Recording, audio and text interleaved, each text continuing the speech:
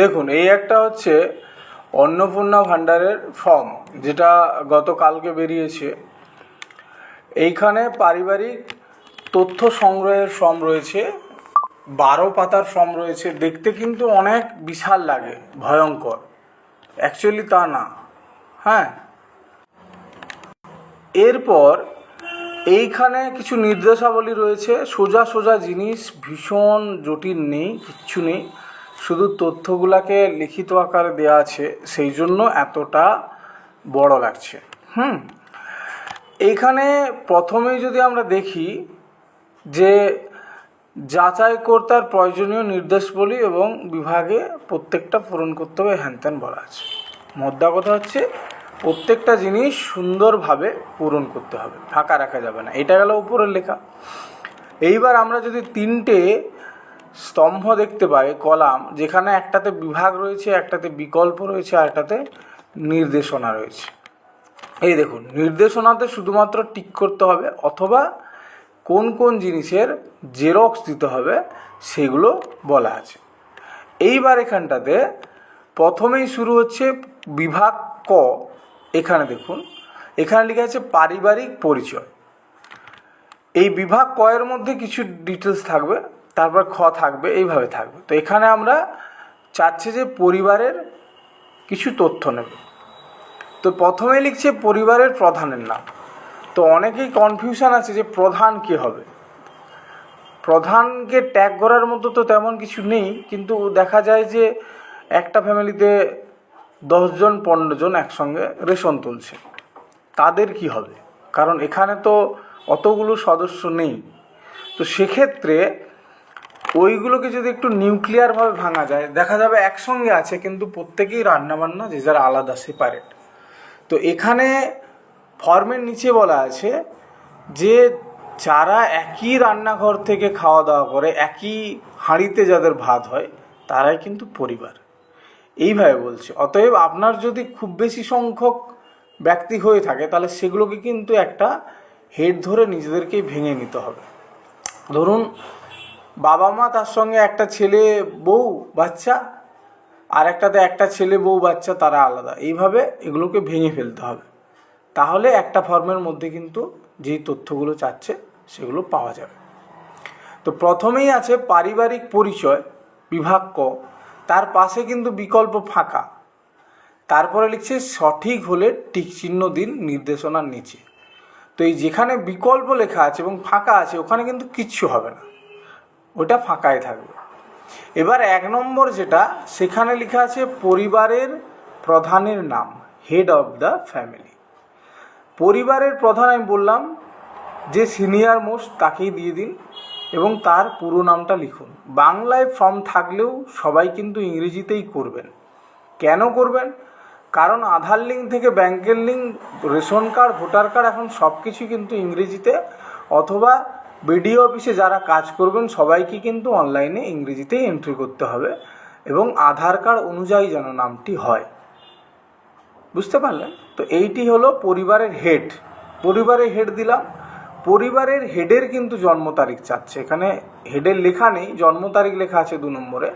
ওখানে কিন্তু পরিবারের হেডের জন্ম তারিখ অবশ্যই যেটা আধার কার্ডে আছে সেটাই দেবেন, নাহলে কিন্তু মিসম্যাচ হয়ে যাবে। এবং তিনি কি, স্ত্রী না পুরুষ, সেটা এখানে টিক মার্ক করে দিতে হবে। আর ওদের পাশে, মানে জন্ম তারিখের পাশে আর পুরুষের পাশে যে ফাঁকা ঘর আছে, ওগুলো যেহেতু কিছু লেখা নেই, অতএব ওগুলো কিছু করার দরকার নেই। এরপর পরিবারের প্রধানের আধার নাম্বার, যে আধার কার্ড হিসাবে আমি জন্ম তারিখ দিলাম আর নাম দিলাম, সেই আধার কার্ডটি দেব। এরপর পরিবারের রেশন কার্ডে পারিবারিক আইডি। পারিবারিক আইডি রেশন কার্ডে এখনও পর্যন্ত কিন্তু কারো চালু নেই বা চালু হয়নি, হয়তো সেন্সাসের পরে হবে। তো পারিবারিক রেশন কার্ডের আইডি, পারিবারিক আইডি, এরকম কোনো আইডি নেই, সবার যে যারা ইন্ডিভিজুয়াল ব্যক্তিগত রেশন কার্ড রয়েছে। এবার চেয়েছে পরিবারের সদস্য সংখ্যা।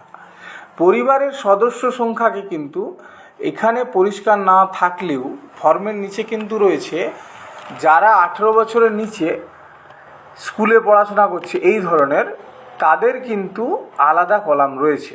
তাই 5জন যে উপরের সদস্য দেওয়া আছে, এই যে একটু পরে সদস্য 1 সদস্য 2 রয়েছে, এই 5জনের সঙ্গে কিন্তু বাচ্চাগুলোকেও ধরতে হবে যারা পড়াশোনা করছে।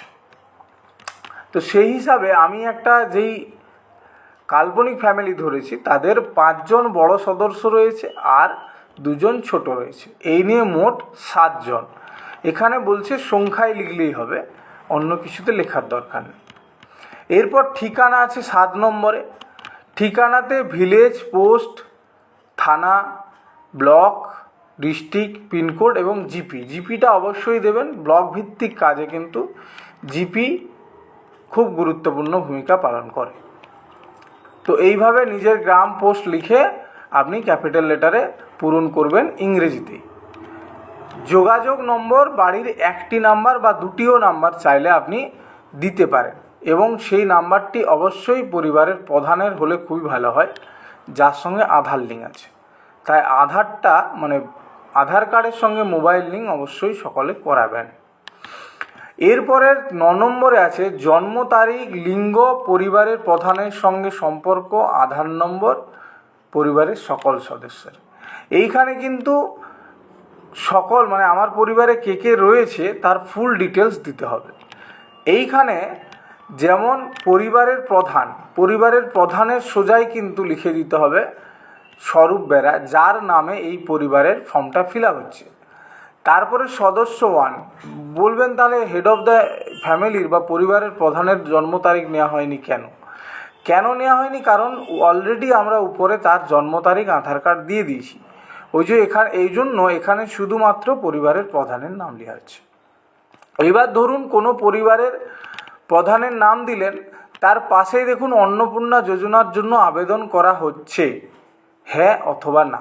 দেখুন, যেহেতু স্বরূপ বেরা একজন ছেলে আমি উপরে দিয়েছি, অতএব সে কখনো এটার জন্য উপযুক্ত নয় এবং তার বয়সটাও ক্যালকুলেট করা হবে।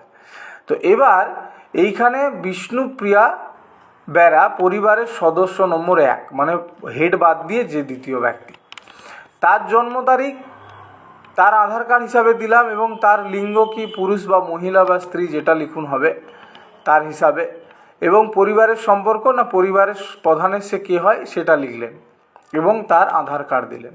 এবার আমার মনে হলো যে না, আমার পরিবারে 2জন মহিলা আছে, তার মধ্যে একজন হচ্ছে বিষ্ণুপ্রিয়া, তো সে অন্নপূর্ণা ভাণ্ডারের জন্য তার আমি নাম দিতে চাই, তখন এখানে একটা টিকমার্ক করে ইয়েস করবেন। এইবার ধরুন এখানে লেখা আছে 5 বছরের কম হলে, এবার ধরুন কারো ঘরে 3 জন আছে, তখন তার কিন্তু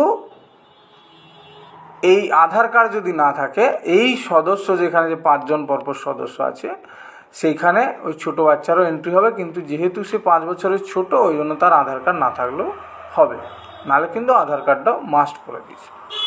এইভাবে আপনি বিষ্ণুপ্রিয়া দিলেন। এবার 2 নম্বর দেখলেন যে আপনার মা রয়েছে বা আরও একজন কেউ রয়েছে, যে আপনার পরিবারের বৌদি রয়েছে, দাদা রয়েছে, প্রত্যেকেরই এখানে তথ্য দিতে হবে।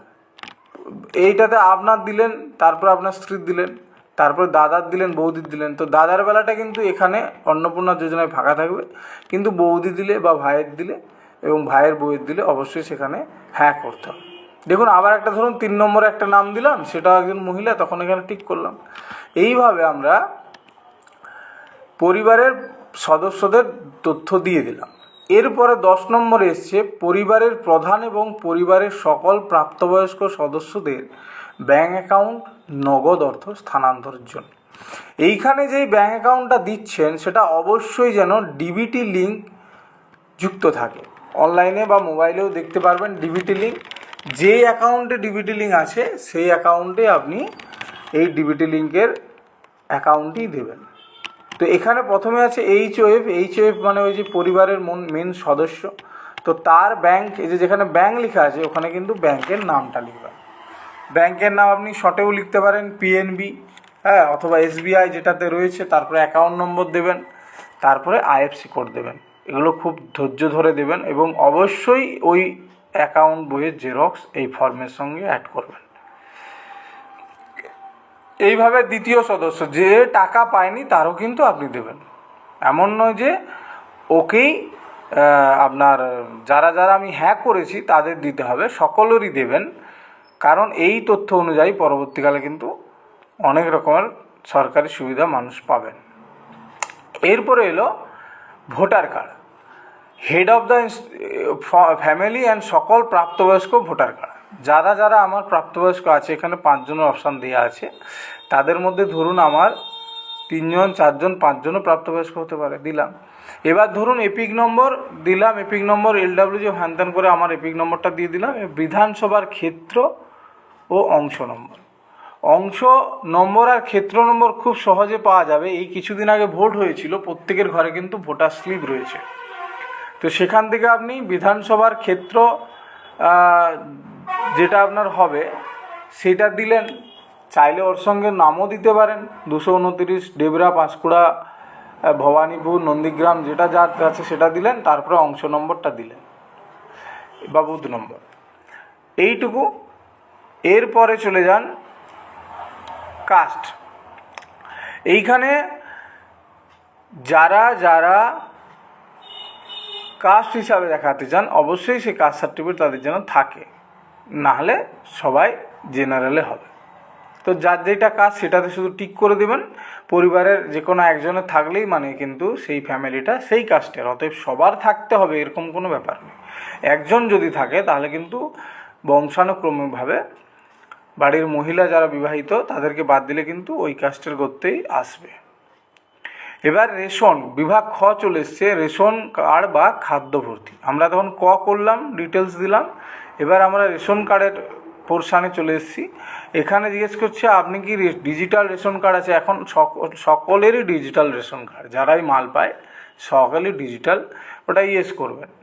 এবং যদি ইয়েস করেন তাহলে কি ধরনের কার্ড আছে, প্রত্যেকেরই রেশন কার্ডের নম্বর শুরু হওয়ার আগে কিন্তু এই 3 অক্ষর বা 4 অক্ষর বা 5 অক্ষরের এই AY, অন্তর্দয়, PHH, SPHH এগুলো থাকে। তো পরিবারের যিনি হচ্ছে বিবাহিত মহিলা, উনি অন্য জায়গা থেকে আসছেন, ওনারটা হয়তো অন্য হতে পারে, কিন্তু পরিবারের বাকি সদস্য যেইটা রয়েছে সেটাই কিন্তু এখানে হবে। ধরুন একজন অন্তর্দয় ফ্যামিলি, দাদা বিয়ে করে আনছে একজন মহিলাকে যার কিন্তু RKSY1 আছে। তো এখানে যদি কনফিউশন তৈরি হয় ওরকম কিছু নেই, যেহেতু ওই পরিবারটাতে অন্তর্দয় ফ্যামিলি বা PH ফ্যামিলি, যার যেটা সেটাই দেবে, যে বাইরে থেকে অন্য ফ্যামিলি থেকে এসছে তারটা ইম্পর্টেন্ট নয়। এবার পরিবারের রেশন দোকান থেকে মাসিক রেশন তুলছেন কি না, হ্যাঁ সকলেই তুলে, যদি তাহলে অবশ্যই সেটাতে টিকমার্ক করবেন, ইয়েস করে দেবেন। এবার সম্পদ, এতক্ষণ আমরা গ বিভাগে চলে এলাম। সম্পদ, যেখানে বাড়িতে কি কি রয়েছে, হ্যাঁ সেই তথ্য। বাড়ির ধরন 3 বা তার বেশি পাকা ঘর আছে কিনা। যদি আপনার একটা পাকা ঘর থাকে কিন্তু অসুবিধা নেই, কিন্তু 3-4টা যদি পাকা ঘর করে ফেলেন, হ্যাঁ বড় বড় নেতার মতো, তাহলে কিন্তু সমস্যা, তখন ইয়েস করতে হবে, নাহলে কিন্তু এটা নো করবেন। পারিবারিক জমির মালিকানা সবাই মিলে, কারো 2 ডিসমিল, কারো 3 ডিসমিল, এইভাবে টোটাল বাস্তু, পুকুর, খালা, বিল যা আছে মোটামুটি সবগুলো নিয়ে ইয়েস করবেন। নো করতে মানে খুব আমি চাইবো নো যাতে না করা যায়, কারণ জমিতে আমরা বাস করছি মানে একটু তো অংশ থাকতে পারে, সেটা দাদুর হোক, নিজের হোক, বাবার হোক, যাই হোক। এরপর 3 নম্বরে আছে পরিবারের সকল সদস্যদের মোট জমির পরিমাণ, প্রত্যেকেরটা টোটাল করলেন, টোটাল করে দেখলেন 9 ডিসমিল কি 10 ডিসমিল। এখানে কিন্তু পয়েন্টের ব্যাপার নেই, যেহেতু এখানে শতক লিখে দিয়েছে, হ্যাঁ অতএব পয়েন্ট দিয়ে লিখতে হবে, শুধু সংখ্যাটা লিখে দেবেন। এবার কি গাড়ি রয়েছে, স্পেশালি এখানে 4 চাকা চেয়েছে, 2 চাকার কোনো বর্ণনা চাইনি, অতএব যাদের 4 চাকা রয়েছে এবং সেটি মানে প্রাইভেট কার আর কি, তারাই ইয়েস করবে, বাকিরা নো করবে। যারা ইয়েস করবেন তারা কটা গাড়ি রয়েছে, কি কি নাম্বার আছে গাড়ির রেজিস্ট্রেশন, সেগুলো দেবেন। এটা কিন্তু বাইকের নয়, এটা শুধুমাত্র 4 চাকার। এবার বিমা, পরিবারের সদস্যদের স্বাস্থ্য বিমা। এখন দেখবেন স্বাস্থ্য বিমা বলতে LIC রয়েছে, SBI রয়েছে, পোস্টাল রয়েছে, অনেক রকম রয়েছে। যার যেটি স্বাস্থ্য বিমা আছে, ধরুন এটা প্রথমটা হেড অফ দ্য ফ্যামিলি, তার যদি থাকে, সরকারি থাকলে সরকারি, পোস্ট অফিস বাদে কিন্তু LICটাও আধা সরকারি, তো বেসরকারি লেখা ঠিকই হবে। এইভাবে প্রত্যেকটা যার যেটাতে আছে যদি কোনো ইন্স্যুরেন্স থাকে সেই সদস্য, ধরুন 2 নম্বরে নেই তো ওইটা 2 নম্বর ফাঁকা থাকছে, 3 নম্বরে আছে 3 নম্বরে আবার লিখবেন 3 নম্বর ব্যক্তির নামে একটা লাইফ ইন্স্যুরেন্স আছে। এইভাবে চলে এলাম। তারপর বিভাগ ঘ, আয় বা পেশা। কোনো সদস্য কি আয়কর দেয়, ট্যাক্স ফাইল করে কেউ? যদি করে ইয়েস করবেন, আর যদি না করে নো করবেন। এবার ধরুন যে আমি করলাম যে হ্যাঁ আমার বাড়িতে ট্যাক্স দেয়, তাহলে কিন্তু পরে 2 নম্বর কলামে আছে কে দেয়। ধরুন যে ফ্যামিলির হেড সে দেয়, বা 1 নম্বর সদস্য দেয়, না 2 নম্বর সদস্য দেয়। যেই সদস্যর নামটা আপনি লিখেছেন 2 নম্বরে, দেখলেন হ্যাঁ ওই লোকটি দেয়, আমাদের ওই মহিলা দেয়, তাহলে কি করতে হবে, তার প্যান নাম্বার লিখে দিতে হবে, তার নাম লিখে দিতে হবে, এইটুকু। এবার যদি ধরুন দেয় না, তাহলে উপর আমি না করলাম, তাহলে দেখুন নিচেও একটা না অপশান আছে, তাহলে না করে দেবো, এখানে কেউ না। এবার কর্মসংস্থান বা কাজ কি ধরনের করেন কে কে। ধরুন পরিবারের প্রধান কি করে না, পরিযায়ী শ্রমিক, সে বাইরে থাকে, তাহলে আমি পরিযায়ী শ্রমিক করে দিলাম। দ্বিতীয় সদস্য কি করে না, আপনার একটা ছোট দোকান আছে, তাহলে আমি সংগঠিত ক্ষেত্রে স্বনিযুক্ত লিখলাম। অথবা এখানে লিখলাম যে সে কিছুই করে না, বেকার, বা অন্যান্য দিতে পারি আমরা। কেউ আবার সরকারি চাকরি করে তাদের মধ্যে একজন, তাহলে সরকারি ক্ষেত্র লিখে দেবেন, টিক মেরে দেবেন। এইভাবে আমরা প্রত্যেকটা সিরিয়াল ওয়াইজ প্রত্যেকটা সদস্যদের কিন্তু আমরা তার কি কর্ম সেটা আমরা এখানে লিখব। এবার ধরুন আপনার বাড়ির মহিলা, তাহলে আপনি বেকার লিখে দিতে পারেন, বেকার লেখাটাই ঠিক হবে, যেহেতু আপনারা লক্ষ্মীর ভাণ্ডার পাবেন। সরকার হলে তো পাওয়া যায় না, এই চাকরি বাকরি করলে তো পাওয়া যায় না, তো তার বেকার করবেন, অন্যান্যও করতে পারেন। পরিবারের শিক্ষিত প্রাপ্তবয়স্কদের সংখ্যা। এবার ধরুন আমার টোটাল 5 জন দেখিয়েছি যারা প্রাপ্তবয়স্ক, বাচ্চাদের এখান থেকে বাদ আছে কারণ তারা অলরেডি পড়তেছে। তো এবার সেখানের মধ্যে আমার 2 জন শিক্ষিত রয়েছে আর 3 জন অশিক্ষিত রয়েছে। তার মধ্যে বাড়ির যে হেড সে পড়াশোনা করেনি, আমি তাকে লিখলাম অশিক্ষিত। আচ্ছা, দ্বিতীয় লিখলাম যে না সে শিক্ষিত। এবার যার আমি করলাম 1 নম্বরে শিক্ষিত, তার কিন্তু হাইয়েস্ট কোয়ালিফিকেশনের একটি মার্কশিট বা সার্টিফিকেটের জেরক্স এর সঙ্গে অ্যাড করতে হবে। এই গেল। এরপরে আসছে 5 নম্বর পয়েন্টে, কোনো সদস্য সাংবিধানিক পদে আছে কিনা, মানে বাড়িতে কেউ এমএলএ, এমপি, হ্যাঁ, সংস্থায়, মানে এগুলো কিন্তু চাকরি নয়, এগুলো হচ্ছে সাংবিধানিক পোস্ট। কেউ চেয়ারম্যান, কেউ সভাপতি, এরকম যদি থাকে হ্যাঁ করবেন। এবং যদি থাকে কজন সদস্য, তার সদস্য নম্বর, যিনি এই পদে রয়েছেন তার সদস্য নম্বর, মানে আমার 5 নম্বর সদস্যটা মন্ত্রী হয়েছে এবছর, এরকম ব্যাপার। আর যদি কিছু না থাকে এমন না করবেন, বেশিরভাগই না হবে। এরপরে রয়েছে কোনো সদস্য 6 নম্বরে পেনশন পান কিনা। যদি দেখেন যে হ্যাঁ যে মেন হেড সে সদস্য হয়, তাহলে তার নাম ইয়েস করবেন এবং তার সদস্য সংখ্যা দেবেন, সদস্য সংখ্যা প্রথমেই যার নামটা লিখেছেন। জিএসটি নিবন্ধ আছে কিনা, যদি থাকে দিবেন, নাহলে করবেন। পারিবারিক আয় দেখুন, পারিবারিক মোট আয় সবাইকে যে অঞ্চল থেকে বের করে নিতে হবে এরকম কোনো ব্যাপার নেই, কিন্তু এমন একটি আয় বসাবেন যেটাই পরবর্তীকালে আপনাকে অঞ্চল থেকে দেয়। আপনি লিখে দিলেন যে আমি 36,000 টাকা পাই বছরে আমাদের পারিবারিক ইনকাম, কিন্তু আপনি অঞ্চলে গেলেন 2 দিন পর, তারা কিন্তু দিল না, তারা বললো না 96 হবে। অতএব 96 দিলেও আপনি টাকা পাবেন, 60 দিলেও টাকা পাবেন, 36 দিলেও টাকা পাবেন। অতএব অহেতুক জটিলভাবে কিছু করবেন না, এমন ওখানে অ্যামাউন্ট বসাবেন যাকে যেন 12 দিয়ে ইজিলি ভাগ করা যায় এবং সেটি অঞ্চল থেকে দেয়, তো সেটি দেবেন। 60 বা 72, এখন তো 60 হয় না খুব একটা, 72 বা 96 দেবেন যাদের সামান্য সংসার চলে, ওটা দিলেই অঞ্চল দিয়ে দেয়। এরপরে অন্যান্য পরিচয় নথি। ধরুন কেউ যদি ক্যা মানে হচ্ছে, ধরুন যারা বাংলাদেশ বা অন্য দেশ থেকে এসছে এবং এখানে বসবাস করতেছে এবং ভারতের নাগরিক হওয়ার জন্য দরখাস্ত করেছে তারা।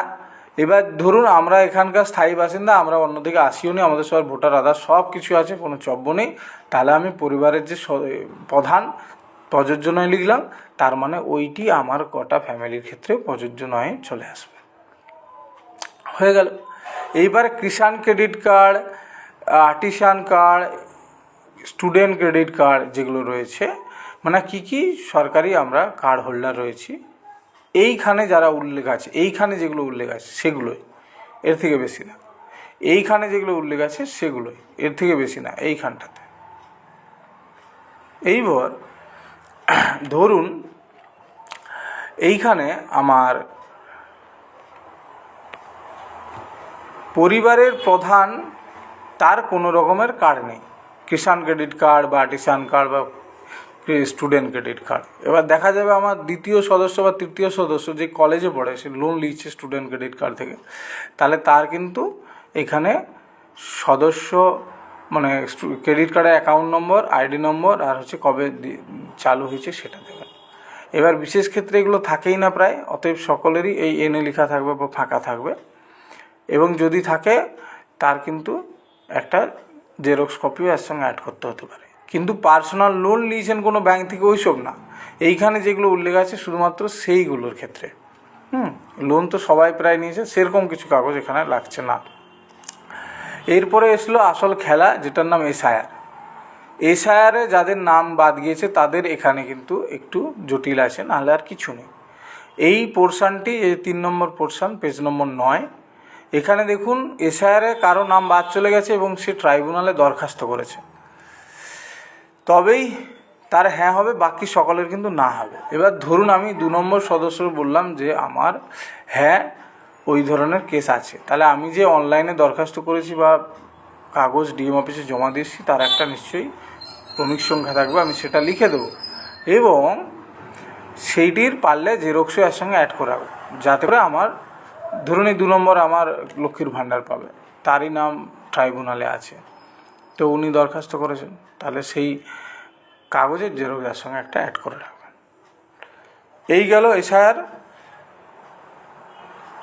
এবার সামাজিক মর্যাদা ও নির্ভরশীল ব্যক্তিগণ মানে ডিপেন্ডেন্ট যেগুলো রয়েছে, বাড়ির ছোট সদস্য, বিদ্যালয়ে অধ্যয়নরত পরিবারের সকল শিশুর বিবরণ। ছোট্ট শিশু, দেখুন সদস্য সংখ্যা, যেহেতু আমি ওখানে 5 নম্বর ফ্যামিলি পর্যন্ত আমার সদস্যকে দিয়ে দিয়েছি, এবার বাকিটা ছোট আছে 2 জন, তখন কিন্তু আমার সদস্য সংখ্যা 6 হবে। কিন্তু ধরুন আমার 4 নম্বরে 3 নম্বরে আমরা বড় লোক আছি, তারপর 4-5 আমার ছোট ছোট ছেলের দিকে দিয়েছি, বুঝতে পারলেন? মানে উপরের অপশানে আমার ওই ছোটো বাচ্চাদের তথ্য দেওয়া হয়ে গেছে, তখন কিন্তু আমি লিখব সদস্য সংখ্যা 4। এটা একটু জটিল বিষয়। ধরুন আমার ফ্যামিলিতে 5 জন আছে, 5 জন বড় আছে এবং 2 জন ছোট আছে, তাহলে বড় 5 জনের আমি কিন্তু এইখানটা দেখুন বড় 5 জনের কিন্তু আমি তথ্য দিয়ে দিলাম, এই বোর্ডটা বড় 5 জনের দিয়ে দিলাম। এবার যখন আমি শিশুটা দিচ্ছি তখন তার সদস্য সংখ্যা কিন্তু 6 হচ্ছে এবং শিশু সদস্য হিসাবে 1 হচ্ছে। এইভাবে কিন্তু আমি আমার 2 জন 6, 7 করে দিলাম। কিন্তু ধরুন আমার 3 জন বাড়িতে বড় লোক, বা আমরা স্বামী স্ত্রী 2 জন বড় লোক, তাহলে পরিবারের হেডে একজনকে দিলাম, পরিবারের হেডে একজনকে দিলাম এবং এই পরিবারের হেডে আমাকে দিলাম, সদস্য 1-এ স্ত্রীকে দিলাম, সদস্য 2-এ আমি আমার মেয়েকে বা ছেলেকে দিলাম, কেমন দিলাম, এবং সদস্য 4-এ আমার ওটা যদি মেয়েকে দিই, এখানে একটা ছেলেকে দিলাম, তাহলে আমরা 2 জন, আমাদের 2 জন, হাম দো হামারা দো দিলাম। তো উপরে আমার তো সব নাম দিয়ে দিয়েছি, তাহলে আর কিছু করার নেই।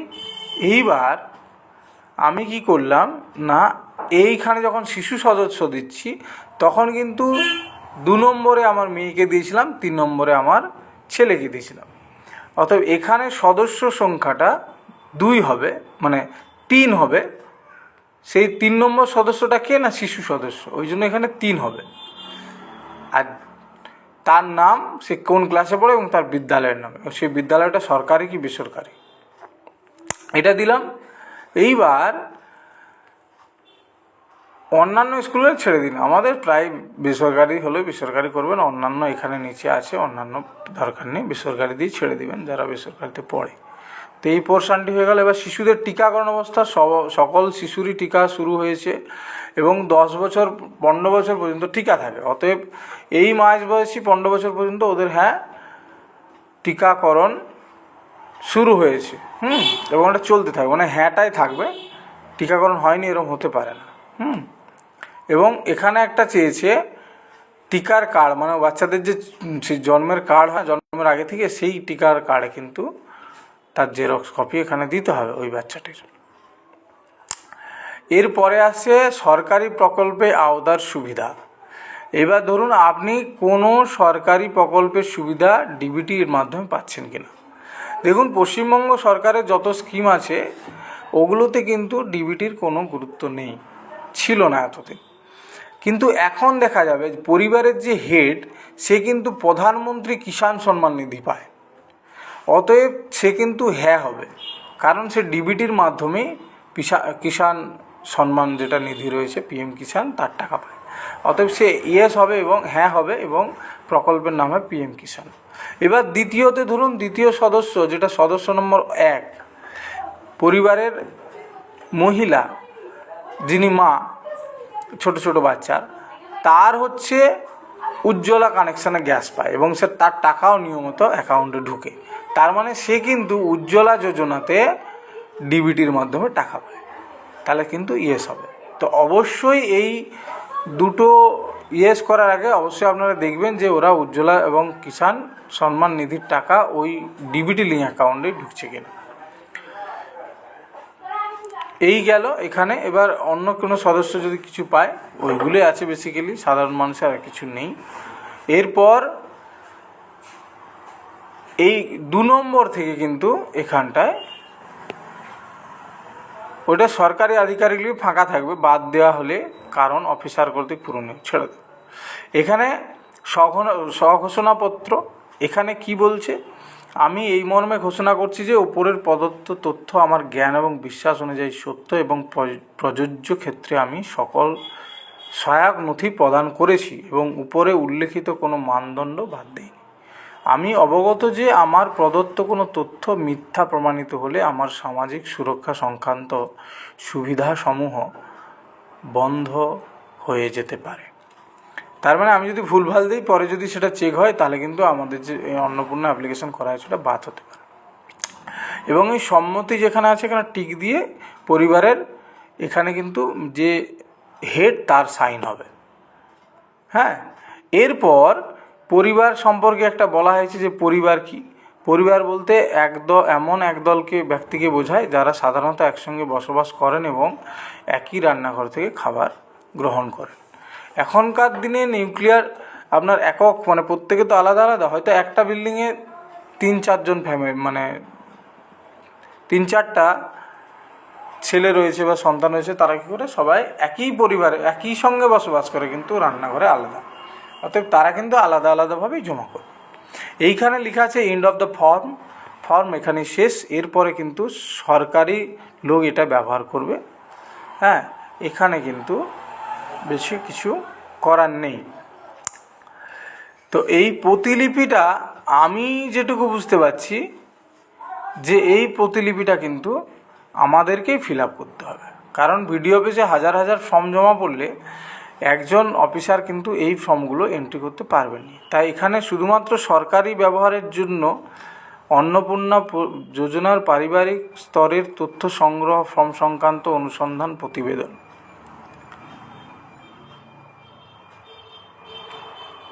পত্রটি যাচাই করেছি না, এখানে আমাদের কিছু হবে না। এই সরকারি, শুধুমাত্র সরকারি ব্যবহারের জন্য এইটা কিন্তু পোর্শনটা নিচেটা একদম ফাঁকা থাকবে, আমাদের হাতও দেওয়ার দরকার নেই, দেখারও দরকার। এইটুকু কাজ এইভাবে আস্তে আস্তে ফিল আপ করে সমস্ত জেরক্স দিয়ে এই 12 পাতার ফর্মটি জমা করবেন। বিশেষ করে আধার কার্ডের যে নম্বরগুলো, ওগুলো খুব কেয়ারফুলি যত্ন সহকারে দেবেন, কারণ ওইটাতেই আপনার সমস্ত তথ্য নেটে অফিসে চলে আসবে। এবার তাড়াতাড়ি ফিল আপ করে জমা দিয়ে দিন। ধন্যবাদ।